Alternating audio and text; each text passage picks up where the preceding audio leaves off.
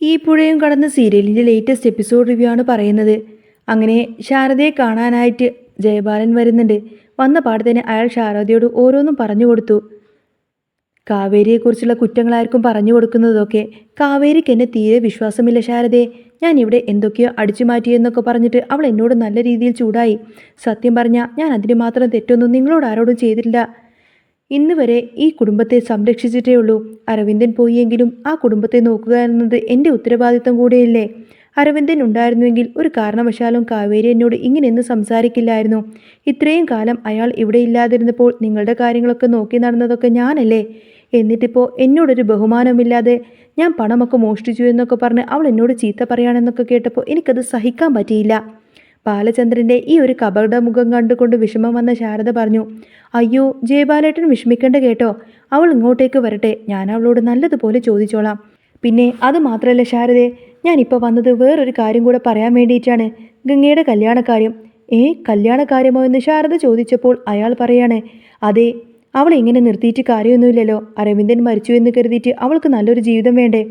അവനുണ്ടായിരുന്നുവെങ്കിൽ ഗംഭീരമായിട്ട് തന്നെ അവളുടെ കല്യാണം നടത്തുമായിരുന്നു. പക്ഷേ ഇനിയിപ്പോൾ അവൾക്ക് പ്രായം കൂടി വരികയാണല്ലോ. അതുകൊണ്ട് നല്ലൊരു ചെക്കനെ ഞാൻ കണ്ടുവച്ചിട്ടുണ്ട്. നിങ്ങളുടെ അഭിപ്രായം കൂടി ഉണ്ടെങ്കിൽ നമുക്ക് ആ പെണ്ണ് കാണൽ ചടങ്ങ് നടത്താം. ശാരദ അല്പം മടിച്ചുകൊണ്ട് പറഞ്ഞു, അല്ല അത് പിന്നെ അതിനുള്ള സാഹചര്യങ്ങളൊന്നും ഇപ്പം അല്ല. ജയബാലേട്ടൻ അറിയാലോ ഞങ്ങളുടെയൊക്കെ അവസ്ഥ. അതൊന്നും സാരമില്ല ശാരദേ, അവരൊന്ന് വന്ന് കാണട്ടെ. നല്ലൊരു ചെറുപ്പക്കാരനാണ്. എനിക്ക് കുടുംബത്തേക്ക് നല്ല ബോധ്യമുണ്ട്. ഗംഗയ്ക്ക് പറ്റിയൊരു ബന്ധമാണെന്ന് ഉറപ്പിച്ചു പറഞ്ഞപ്പോൾ ശാരദ പറഞ്ഞു, എന്നാൽ ശരി, ഞാൻ വീട്ടുകാരോടൊന്ന് സംസാരിക്കട്ടെ. അവിടെ ഉണ്ടായിരുന്ന രാധമ്മ ഇതെല്ലാം കേട്ട് കഴിഞ്ഞപ്പോൾ ശാരദയോട് ചോദിച്ചു, എടി നീ ചെയ്യുന്നത് ശരിയാണോ? നമ്മുടെ വിനീത് ഉണ്ടല്ലോ, അവൻ നല്ലവനല്ലേ, അവനെ കൊണ്ട് ഗംഗയെ കെട്ടിച്ചാൽ പോരെ. അത് കേട്ടപ്പോൾ ശാരദ പറഞ്ഞു, അതൊന്നും ശരിയാവില്ലമ്മേ, അത് നമുക്ക് പറ്റിയ ബന്ധമൊന്നുമല്ല. നീ എന്താ ഇങ്ങനെ വാശി പിടിക്കുന്നത് എന്ന് രാധമ്മ ചോദിച്ചപ്പോൾ ജയബാലേട്ടൻ കൊണ്ടുവന്ന ആലോചനയെക്കുറിച്ചിട്ട് ഞാൻ ആലോചിച്ചിട്ട് പറയാമെന്ന് ശാരദ പറഞ്ഞു. അങ്ങനെ ആഹാരം കഴിക്കാനിരിക്കുന്ന സമയത്തിന് ശാരദ ഈ ഒരു കല്യാണക്കാരൻ വീട്ടിൽ അവതരിപ്പിച്ചു. ജയബാലൻ ഒരു ആലോചനയുമായി വന്ന കാര്യം പറഞ്ഞപ്പോൾ കാവേരിക്ക് അതത്ര അങ്ങ് പിടിച്ചില്ല. അമ്മേ, ഞാനൊരു കാര്യം പറയാം. ആ ജയബാലൻ കൊണ്ടുവരുന്ന ആലോചന അത്ര നല്ലതാണെന്നൊന്നും എനിക്ക് തോന്നുന്നില്ല. അതിൻ്റെയൊക്കെ ആവശ്യമുണ്ടോ ഇപ്പോൾ? ഗംഗേച്ചിക്ക് അതിന് മാത്രം പ്രായമൊന്നും ആയിട്ടില്ലല്ലോ. എടി, നല്ലൊരു ആലോചന ജയബാലേട്ടൻ കൊണ്ടുവരുമ്പോൾ അതിന് സമ്മതിക്കല്ലേ വേണ്ടത്. നീ എന്തിനാ അതിനിങ്ങനെ തടസ്സം നിൽക്കുന്നത് എന്ന് ശാരദ ചോദിച്ചു. എനിക്കിതെന്തോ അങ്ങ് ഇഷ്ടപ്പെടുന്നില്ല എന്ന് കാവേരി പറഞ്ഞപ്പോൾ, നിന്റെ ഇഷ്ടം നോക്കിയിട്ടല്ല ഇവിടുത്തെ കാര്യങ്ങളൊക്കെ തീരുമാനിക്കുന്നത്. ഇവിടെ എന്ത് വേണമെന്നൊക്കെ ഞാൻ തീരുമാനിച്ചോളാമെന്ന് ശാരദ കടുപ്പിച്ചു പറഞ്ഞു. ആ സമയത്തിന് രാധമ്മ വീണ്ടും വിനീതിൻ്റെ കാര്യം എടുത്തിട്ടു. അപ്പോൾ പിന്നെ യമുന പറയുന്നുണ്ട്, സുജാത ആൻറ്റിയുടെ അടുത്തേക്ക് ഗംഗേച്ചിയെ വിട്ടു കഴിഞ്ഞാൽ അവർ വെറുതെ വിടുവോ? ആൻറ്റിയുടെ സ്വഭാവം അറിയാലോ, അവർ ഗംഗേച്ചിയെ പൊളിച്ചെടുക്കും. ഇതൊക്കെ കേട്ട് ഗംഗയ്ക്ക് എന്തിനു ചെയ്യണമെന്നറിയാത്തൊരവസ്ഥയായിരുന്നു. കാരണം അവളിപ്പോൾ വിനീതിനെ നിന്ന് ഇഷ്ടപ്പെട്ട് തുടങ്ങുമായിരുന്നു. പിന്നീട് ജയബാലൻ വിളിച്ച് ചെക്കനും കൂട്ടനും വരുന്നുണ്ട് എന്ന് പറഞ്ഞു. എല്ലാവരും ചേർന്ന് ഗംഗയെ ഒരുക്കി. പക്ഷേ അവൾ ഭയങ്കര സങ്കടത്തിലായിരുന്നു.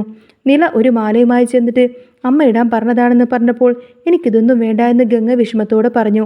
ശാരദ ഇതൊന്നും തന്നെ കേൾക്കാൻ തയ്യാറായിരുന്നില്ല. അങ്ങനെ ജയബാലൻ ചെക്കനെയും കൂട്ടിക്കൊണ്ട് വീട്ടിലേക്കെത്തി. കാവേരി പുറത്തേക്ക് നോക്കിയപ്പോൾ ചെക്കനെ അവിടെയൊന്നും കാണുന്നില്ല. അവർ ഗംഗയോട് ചെന്ന് പറഞ്ഞു, ഗംഗേച്ചി, ചെക്കൻ വന്നിട്ടില്ലെന്ന് തോന്നുന്നു. കുറച്ച് ആളുകളുണ്ട്. ചെക്കൻ്റെ അമ്മ എന്ന് തോന്നുന്ന ഒരു സ്ത്രീയുണ്ട്. പക്ഷേ ചെക്കനെ കാണാനില്ല. കാവേരി ശാരദയോട് ചെന്ന് ചോദിച്ചു, അമ്മേ, ചെക്കൻ വന്നില്ലേ എന്ന്. ശാരദ ഈ കാര്യം ജയബാലനോട് ചോദിച്ചപ്പോൾ അയാൾ ചിരിച്ചുകൊണ്ട് പറഞ്ഞു, ചെക്കൻ വന്നല്ലോ. ദാ ഈ ഇരിക്കുന്നത് തന്നെയാണ് സിനൂബ്.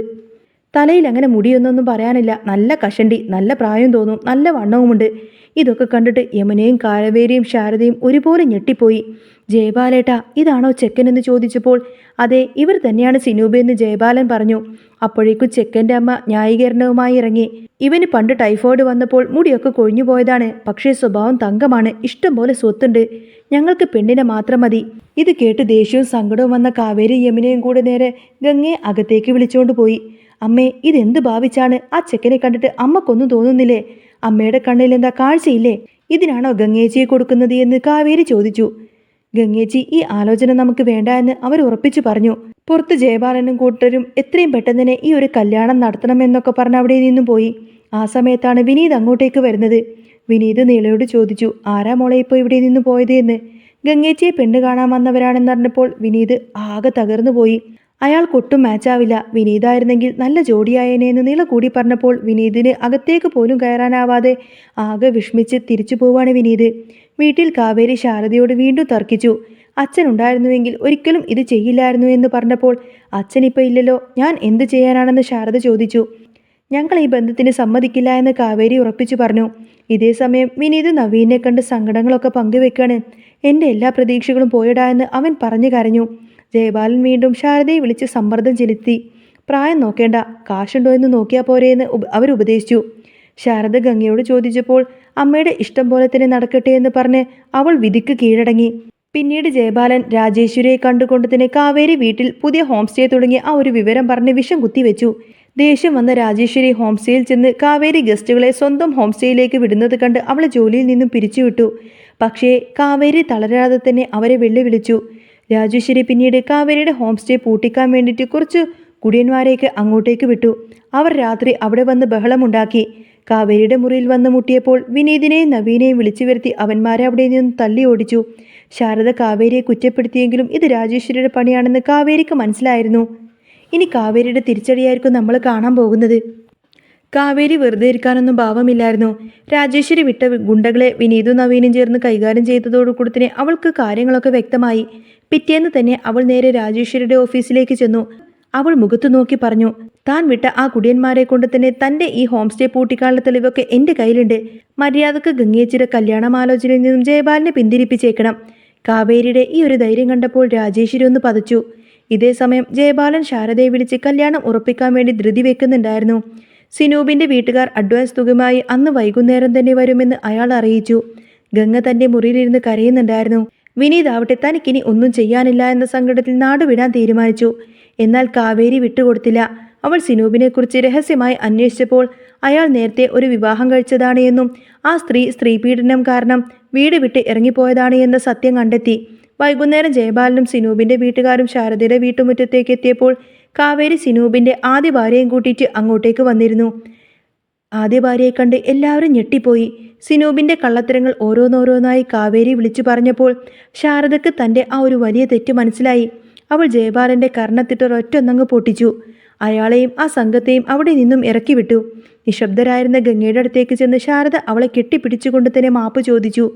തുടർന്ന് നിവിനും കാവേരിയും ചേർന്ന് വിനീതിനെ തടഞ്ഞു നിർത്തി വീട്ടിലേക്ക് കൂട്ടിക്കൊണ്ടുവന്നു.